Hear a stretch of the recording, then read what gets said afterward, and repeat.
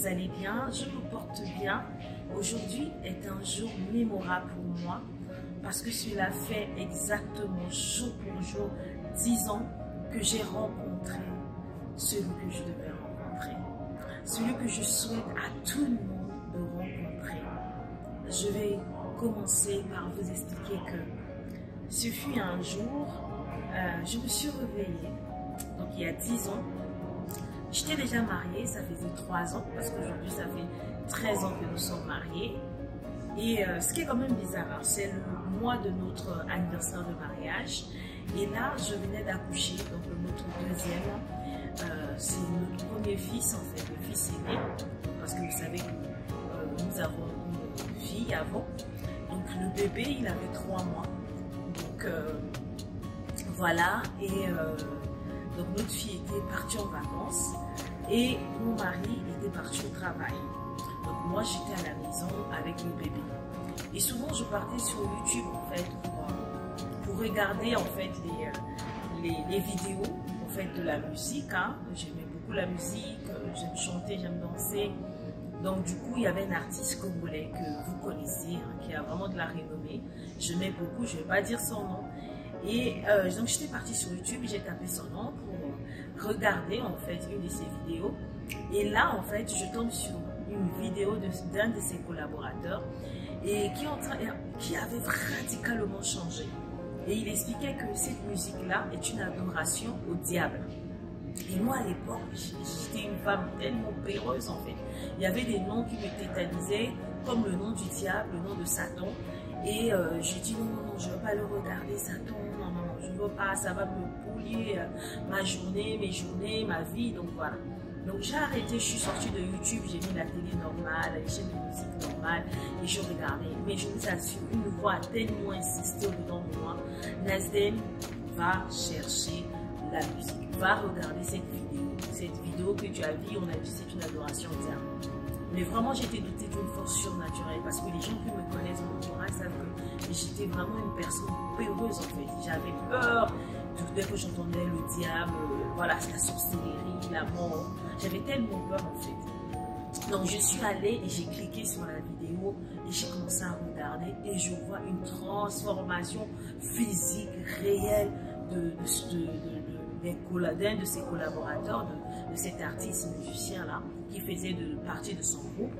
Et j'étais vraiment ahurie en fait. Je me suis dit, c'est pas possible qu'il soit transformé comme ça. Il n'y avait plus des tresses, plus des... vous savez, ils ont l'habitude de mettre de la couleur sur leurs cheveux, mettre plein de bijoux, plein de strass. Voilà, ils s'habillaient d'une certaine manière, d'une manière dévergondée. C'était pas ça. Il parlait calmement, physiquement, même sa peau, son teint, tout était transformé. En fait, je me suis dit, waouh. Et je commençais à écouter ce qu'il disait. Il expliquait que la musique du monde, c'est une adoration au diable et tout ça. Ça, j'avais déjà entendu parler de ça. Je pense que même toi qui m'écoutes, tu écoutes ce genre de musique, tu le sais. Et moi, je m'étais là. Et toute une voix me parle, me dit, Nazine, je sais que tu sais. Je sais que tu sais que j'existe. Là, c'est Dieu qui me parle, qui me dit, mais tu sais, à chaque fois que tu écoutes ce genre de musique, c'est une adoration au diable. Et me dire, tu sais qu'il ne t'aime pas. Mais tu es loin de moi, je sais que tu me connais. Donc, en parenthèse, en fait, moi, quand j'étais enfant, j'avais vraiment cette relation avec Jésus. Je devais avoir 9 ans, on partait chez un frère qui avait ouvert sa maison aux enfants.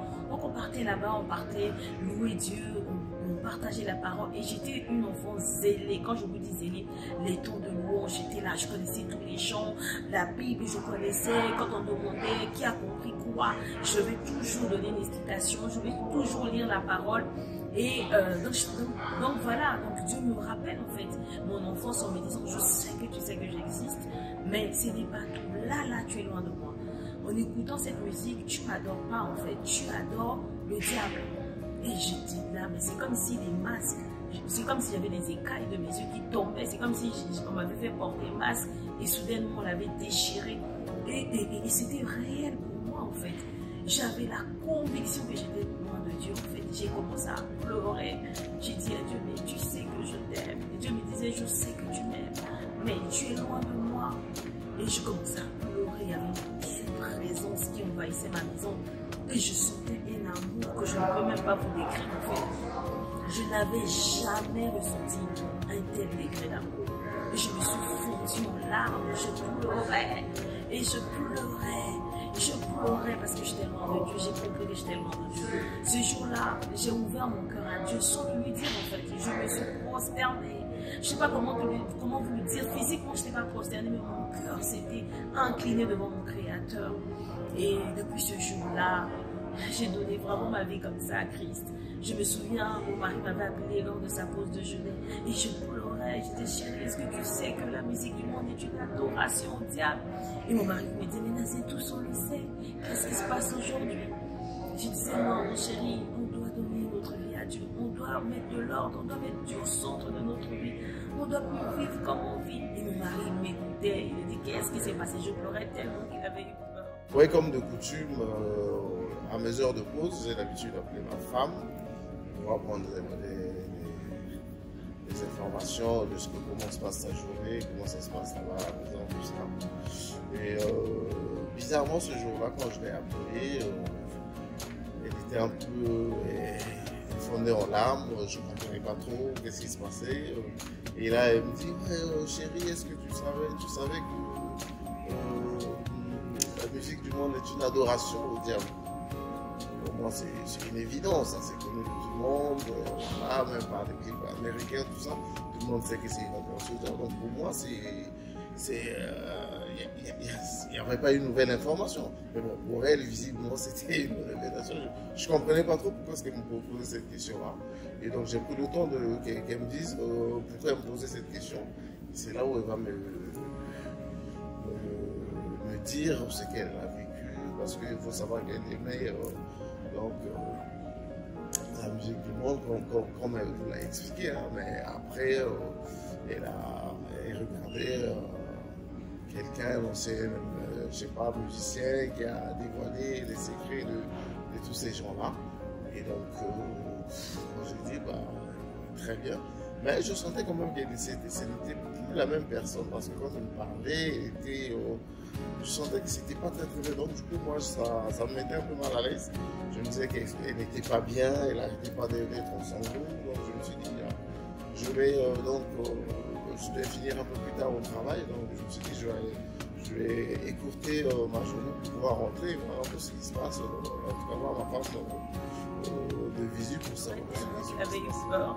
Il a dit, c'est comme ça, je rentre du travail tout de suite. J'ai dit, mon travail, j'étais tellement bien dans cette présence. Je ne sais même pas ce jour-là comment je me suis occupée de mon bébé, mais je pleurais, je sentais un amour, je sentais une présence m'envahir, comme si je devais être dans cette présence-là.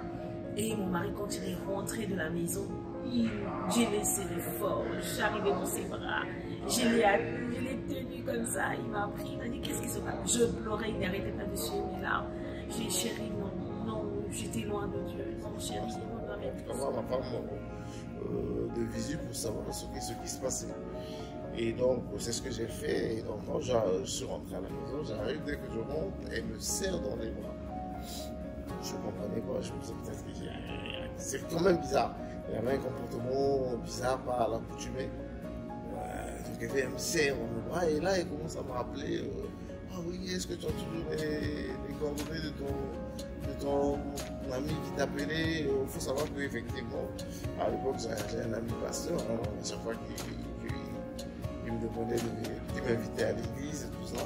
Chaque fois que je voulais partir, ma femme elle trouvait toujours des astuces pour m'emmener vers d'autres chemins. Donc ça s'était jamais fait. Mais ce jour-là, c'est elle qui était en demande. Et franchement, je trouve ça bizarre. Je dis, mais pourquoi tu me demandes mon ami? Je dis, oui, faut qu'on parte à l'église, tout ça là. Je dis, bon, calme-toi, dis-moi un peu comment ça s'est passé ta journée, qu'est-ce qui s'est passé. Et donc, c'est là où elle va me relater tout ce qu'elle a dit dans son témoignage. Et puis, elle va me dire, voilà, faut que nous mettons notre vie à Dieu, à Jésus, tout ça là. Vraiment, je dis ok, très bien, je suis ravi parce que ça a toujours été mon soupir, ça a toujours été mon désir, puisque j'avais un ami qui m'appelait tout le temps.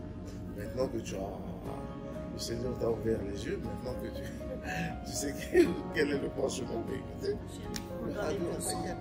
et le week-end que je suivais, on est allé à l'église. À quelle église? Parce que mon mari, en fait, il avait un de ses amis d'enfance qui m'invitait à l'église, qui était devenu plus ou moins pasteur. Et moi, à chaque fois, je combattais. En fait, je disais non, les chrétiens, non, je ne vais pas y aller. À chaque fois, mon mari me disait on va y aller. Je ne voulais pas. Quand il disait qu'il va aller seul, je faisais tout pour ne pas qu'il aille. Mais ce jour-là, je lui ai dit tu sais, ton ami qui a l'habitude de t'inviter, je ne l'avais jamais vu en fait. J'entendais juste parler de lui. Donc, je lui ai dit on va aller là-bas. Et le dimanche qui suivait, on est allé là-bas. Et c'est comme ça que j'ai commencé ma marche avec Jésus. Mais je vous assure, ce jour-là, ce fameux 7 août 2013, j'ai été visitée d'une manière surnaturelle parce que, par exemple, je crois que les gens qui me suivent savent que j'avais parlé, que j'avais une addiction à la pornographie, à la masturbation. En fait, depuis ce jour-là, cette visitation, le fameux 7 août 2013, je n'ai plus jamais touché, regardé la pornographie. Je n'ai plus jamais touché à la masturbation. En fait, c'est vraiment comme si j'ai été transformée. En fait, je n'ai plus jamais eu le désir ou le goût de quoi. J'ai été dégoûtée de la pornographie, de la masturbation. Plus jamais j'ai été tentée. Ce jour-là, c'est comme si, vraiment, je vous assure, l'ancienne Nasdène a été enterrée. Je sais que c'est une grâce de Dieu. Mais je partage tout ça pour que vous puissiez comprendre qu'il faut mettre votre vie en ordre. Dans l'ordre, si je peux le dire comme ça, en ordre. Parce que connaître, savoir que Dieu existe n'est pas tout. Mais il faut avoir cette relation avec Dieu. Et c'est cette relation qui m'a totalement, radicalement transformée en fait. De la femme peureuse, je suis une femme remplie d'audace. Les gens qui me connaissent, qui me suivent là, voient que je prends mon micro, je peux aller dans le public parler de Jésus. Pourquoi? Parce que Dieu m'a donné cette force en fait. Il a changé mon identité, j'ai été transformée, je vis une vie paisible, peu importe les moments difficiles. Je sais que dans mon entourage, il y avait des gens, mais tu ne travailles pas, mais jamais j'ai été angoissée, jamais j'ai été quémandée, jamais Dieu s'est occupé de moi. Dieu m'a inspiré des choses. Aujourd'hui, les gens me voient, je fais des émissions, je n'ai pas été formée, c'est Dieu.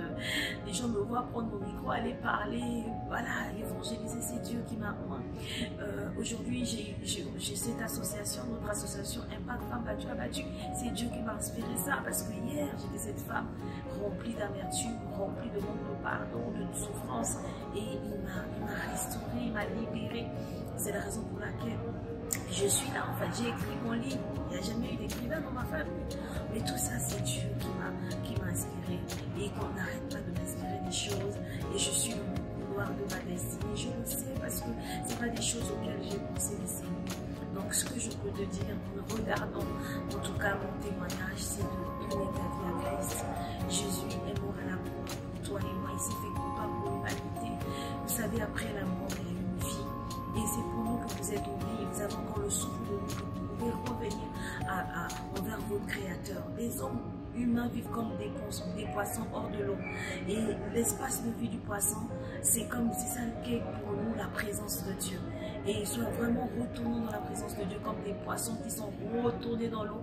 Et ils sont là en train de faire des pirouettes, ils vivent. Nous aussi, nous devons vivre comme ça. À toi qui n'as pas la paix, à toi qui penses que ta vie, c'est toi-même qui la dirige. En fait, c'est comme si le souffle de vie vient de toi, ça vient de Dieu. En tout cas, donne ta vie à Christ. Il est temps. Je vous assure qu'il viendra faire la différence dans vos vies. Il n'y a rien de plus fort que l'amour de Dieu. Il n'y a rien de plus précieux que la présence de Dieu. Vraiment, donnez votre vie à Jésus, qu'il soit celui qui va prendre Dieu au repas, comme il le fait avec moi, comme il le fait avec plusieurs. Et je vous dis à très bientôt. Je suis plein de gratitude de mon Dieu. Merci pour la nouvelle vie, merci pour la nouvelle personne. Tout est grâce et je vous rends honneur, gloire, louange et qu'il règne dans vos vies et dans vos vies à jamais au nom de Jésus. Amen. Je vous aime. Et passion. C'est vrai, j'ai coutume de dire que j'étais sorti le matin en partant au travail. Et quand je suis rentré, j'ai pu retrouver la même femme. Voilà. Et depuis lors, cette belle histoire avec Jésus-Christ continue.